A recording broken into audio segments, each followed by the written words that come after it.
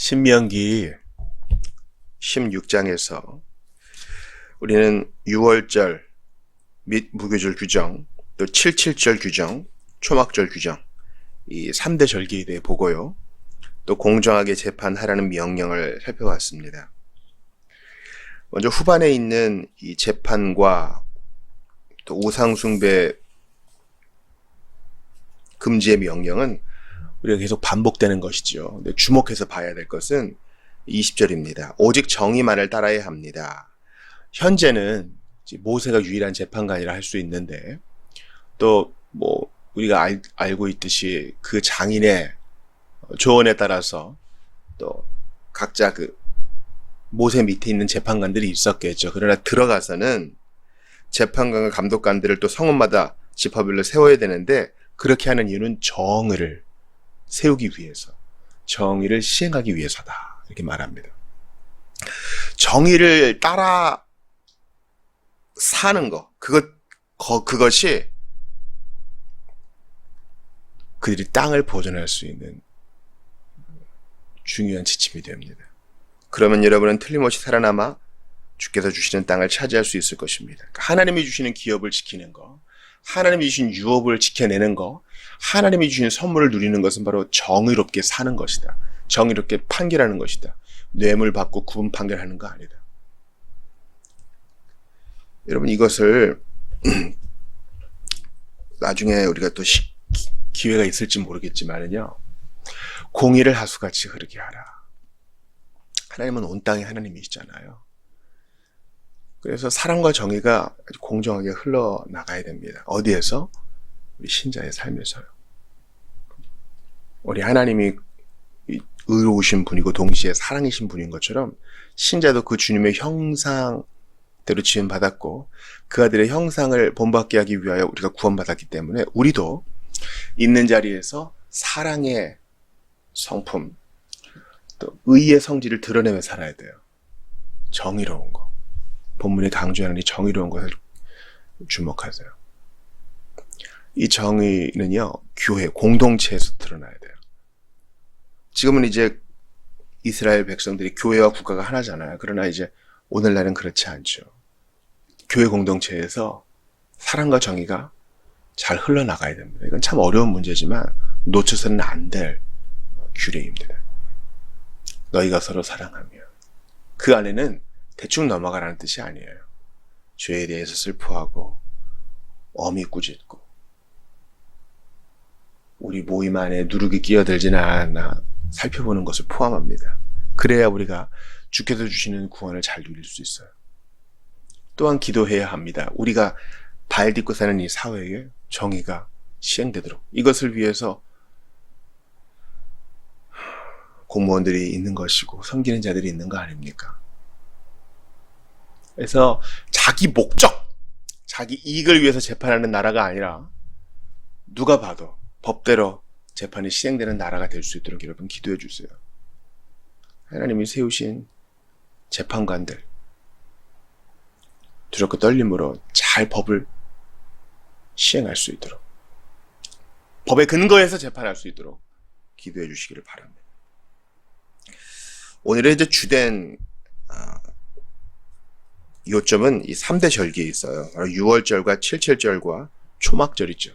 이 3대 절기에 1년에 3번 있는 이 3대 절기에 이스라엘의 모든 남자들은 중앙성소에 와서 예배를 드려야 한다. 현재는 중앙성소가 없죠. 모세가 지금 이 설교를 하는 그때 가나안 땅에 들어가서 하나님이 예배 처소를 지정하시면 거기에 다 모여야 된다.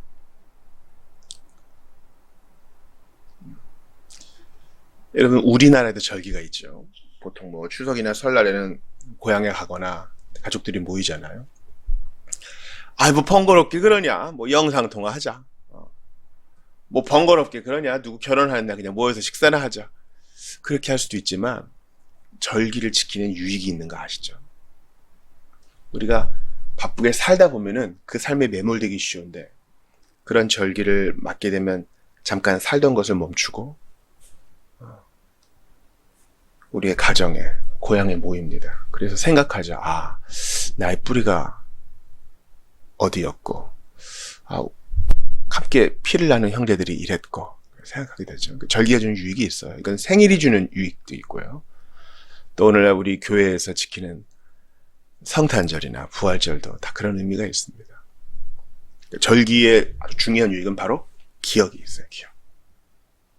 자, 뭘 기억하는지 한번 볼까요? 먼저 첫 번째, 유월절을 봅시다. 유월절은 오늘날의 원력으로 따지면 3월 중순이나 4월 중순에 해당되겠죠. 바로 이 유월절에 주님이 애굽에서 이스라엘 백성들을 종된 그곳에서 인도해 내셨습니다. 이것은 바로 이제 우리의 구원을 기억하는 것이죠. 하나님께서 애굽 종되었던 땅에 얼마나 많은 기적을 베풀어 주셨어요. 그들을 돌보신 것입니다. 그때 그들은 급히 나와야 됐습니다. 바로 지금 선택하는 것. 그죠? 기회를 미루지 말고. 또한 누룩 없는 빵을 먹어야 됐습니다. 구원받은 백성답게 죄를 멀리 해야 됐습니다. 그들은 나그네 생활을 이제 시작하는 거예요. 우리가 순례자임을 잊지 않는 것입니다. 그래서 6월절 어린 양의 피를 바른 그 집은 주님의 심판이 임하지 않았죠. 그 피를 기억하며 우리의 시작을 기억하는 겁니다. 6월절은 우리에게도 의미가 있어요.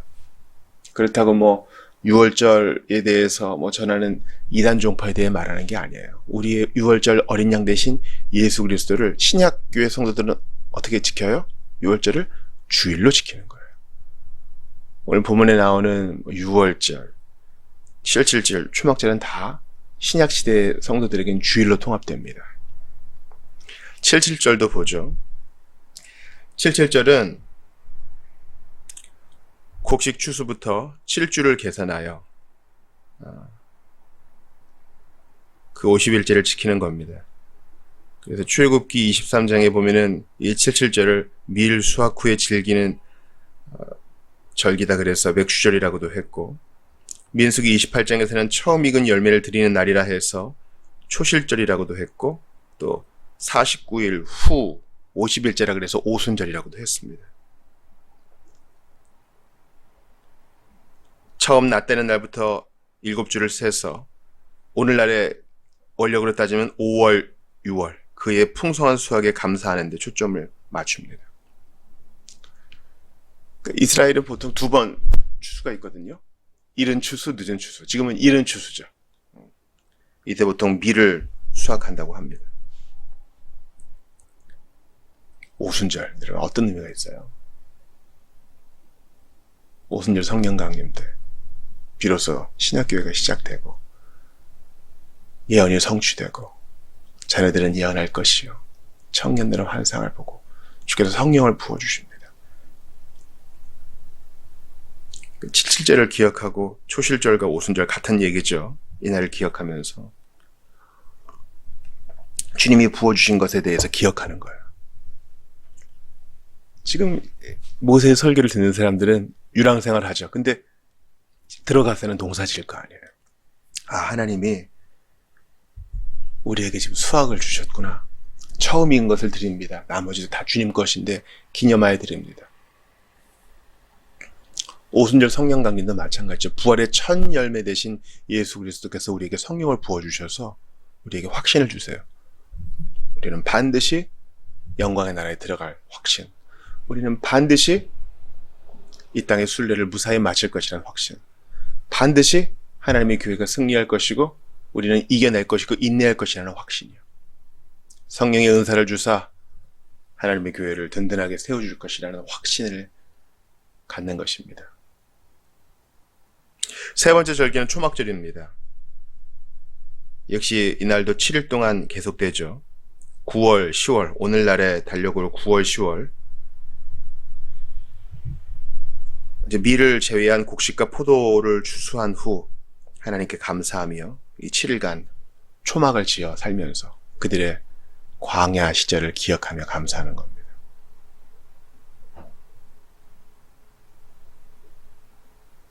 세 가지 절기가 모두 기억에 관련되어 있죠. 6월절은 그들의 탈출, 우리로 따지면 우리의 구원의 그 시작을.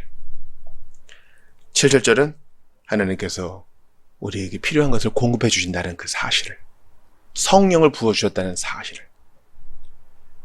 초막절은 마지막 날, 이 큰 수확을 기뻐하게 하시면서 주님의 재림의 날을 기억하게 하시고 또 기대하게 하시고 또한 늦은 추수에 주께서 부어주신 것을 기억하면서 모든 것에 임한 하나님의 손길 넘치게 부어주시는 아버지의 사랑을 기억하는 것입니다.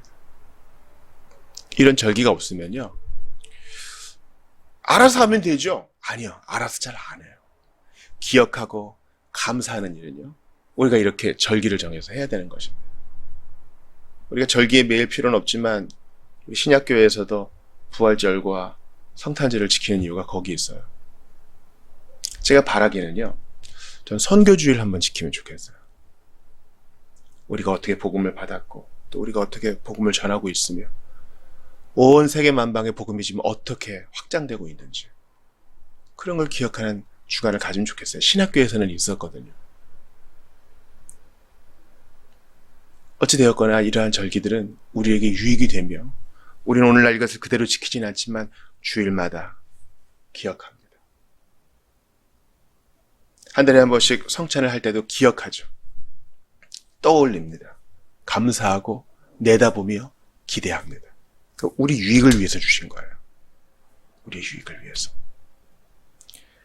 절기마다 해야 되는 게 있죠. 먼저 6월절에는 가족끼리 6월절 어린 양, 이제 우양을 저녁에 잡아서 가족끼리 그 저녁에 다 먹어야 됩니다. 77절도 마찬가지죠. 종살이 하던 그 시절을 기억하면서 함께 나누어 먹어야 되는데 자녀들, 남녀종들, 또 레위인들, 외국인들, 고아 과부까지 함께 먹고 즐거워하는 거. 함께 먹고 즐거워하는 게 절기의 중요한 특징이에요. 초막절도 마찬가지죠. 15절 보세요. 일주일 동안 잔치 베푸는데 하나님께서 여러분이 하는 모든 일에 복을 내려주셔서 많은 소출을 거두게 됐으니 잔치 열고 마음껏 감사하고 즐거워하라. 이 절기는요, 셀러브레이션의 날인 거예요.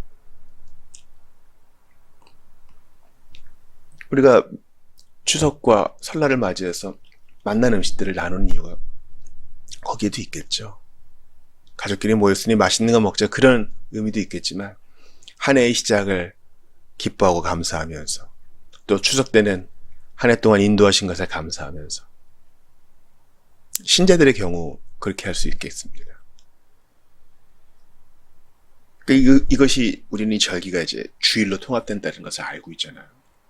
우리에게 한번 생각해 봐야 돼요. 우리는 우리의 예배 때 하나님의 은혜를 기억하고 있는가?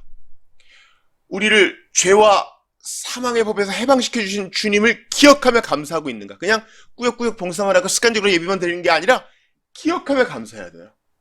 내가 한때는 하나님께 감사도 없고 하나님에 대해 살아있지도 못한 자였는데 이렇게 구원하셨네. 거기에 대해 기억하며 감사해야 되고 동시에 함께 즐거워해야 돼요. 함께. 누구와? 나한테 뭔가를 갚아주지 못할 만큼 연약한 자들과 함께 기뻐해야 돼요. 1차적으로는 우리 예배당에 함께 앉은 우리 지체들이 있겠죠? 어린아이들, 노인들, 아픈 자들, 중독으로 힘들어하는 사람들과 함께 즐거워하는 것입니다. 함께 나누어 먹고 내 은사와 가진 것을 나누는 겁니다. 동시에 내가 받은 은혜를 가지고 이 주일에 자비사역을 해야 돼요. 이 말은 무엇입니까? 우리 동네에 살고 있는 우리 독거노인들, 힘드신 분들에게 반찬이라도 좀 갖다 드리고 연약한 자들을 어떻게 사나 좀 들여다보고 힘들어하고 우울증에 걸린 내 친구에게 한번 전화 한번 해보고 가장 중요한 건 뭐예요? 주께서 떠오르게 하실 때 바로 그 시간 기도하는 겁니다. 나누는 것에 즐거워할 뿐만 아니라 나누는 것에 이 절기의 목적이 있어요. 우리의 주일이 바로 이런 날이 돼야 됩니다.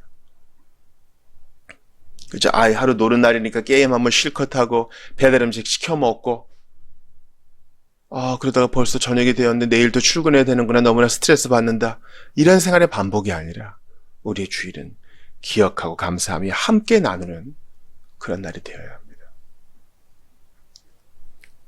다시 한번 이 절기를 봅시다. 모든 절기는 또한 그리스도를 가리키고 있어요. 모든 구약 성경이 그리스도를 가리키고 있는 것처럼 이 절기 또한 마찬가지입니다. 6월절은 무엇을 기억하게 합니까? 우리의 6월절 어린 양 대신 그리스도께서 희생되셨느니라.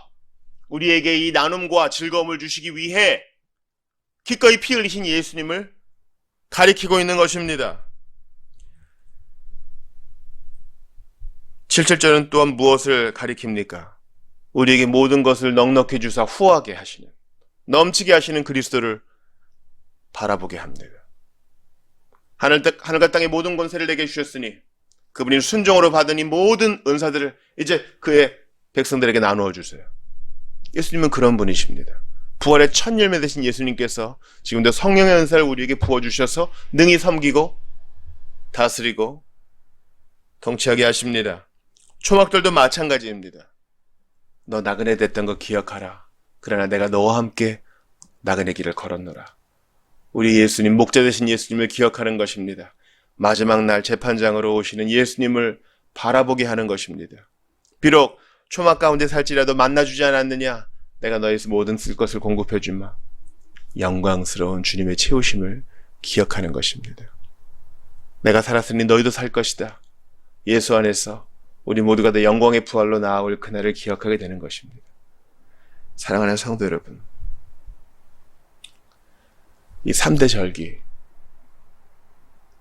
남자들만 구약에서는 꼭 중앙성소에 오라고 권함을 받았죠. 그러나 그리스도의 빛 안에서 신약 시대의 모든 성도들은요, 구원받은 모든 자들이 다 하나님 앞에 나와야 돼요. 그 의무예요. 남자들은 대표해서 나와야 되는 거였죠. 생각해 보세요. 예루살렘에 올라간다 그러잖아요. 그건 수고를 상징해줘.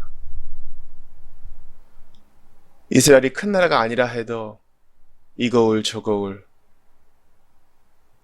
저 마을 이 마을에서 그날을 지키기 위해 미리 준비하고 생각했다가 재물을 가지고 걸어갑니다. 성전에 올라가는 노래를 부르면서 예루살렘을 가요. 그건 수고를 의미해요. 아, 그렇구나. 우리가 6월절에 식사를 즐기기 위해서 그날 급히 양을 잡고 먹었던 그 수고, 빨리 여행 준비를 했던 그 수고, 7절에 우리가 감히 바라지도 못했는데 그 유랑 생활 중에 곡식을 거둘 것이라고 약속 주신 주님 앞에서 그 광야 생활을 겪으면서도 7절의 약속을 주신 주님을 기억하면서 예루살렘을 향해 올라가는 거예요. 추수의 수고는 있지만 하나님이 넉넉하게 주시는 그 기쁨을 생각하면서 올라가는 수고를 감당하는 겁니다. 초막절도 마찬가지입니다. 장막을 치고 풀고 수고롭죠. 그러나 그 여행 중에 함께 하신 주님을 기억하면서 예배하기 위해 예루살렘에 올라가는 수고를 감당해요. 여러분께 한번 도전합니다. 여러분, 주의를 지키기 위해서 어떻게 수고를 감당하세요? 제가 보기로는요, 대부분의 성도들은 소비자예요. 주의를 준비하기 위해서 그냥 와주는 사람들이 많아요. 그것 때문에 또 비난의 화살을 날릴 마음은 없어요. 그러나 안타까운 일이긴 합니다. 우리 모두가 함께 수고하여 함께 공동체를 만드는 그런 일들이 있어야 돼요. 우리 서구의 교회들을 보면 팟럭이라고 해요. 주일에 어떤 한 사람이 밥 준비를 하는 게 아니라 기본적으로 스튜 같은 게 있으면, 수프 같은 게 있으면 사람들이 롤이나 케이크나 먹을 걸 갖고 와서 같이 나누는 거예요. 저도 이런 팟럭을 선교단체에서 했는데 놀라운 일들이 많아요. 딱 필요한 것들이 채워지고. 우리가 그렇게 할 수 있어요? 이번에 아이들을 위해 교사 한번 해보시죠. 아이들 못합니다. 언제까지 사역만 하겠어요? 주의를 위해서, 우리를 위해 일하신 주님의 수고를 생각하며 나도 지체를 위해서 기꺼이 수고하는, 나누기 위해서 기꺼이 수고하는 아름다운 예배가 있기를 바랍니다. 그 옛날 3대 절기를 지키는 사람들처럼 우리도 매주일 주님 앞에 나올 때마다 우리를 향한 주님의 일하심을 기억하며 우리도 힘써 주님 앞에 섬기면서 주의 사랑을 기억하며 주의 사랑을 나누는 아름다운 공동체 일구시기를 주의 이름으로 축원합니다.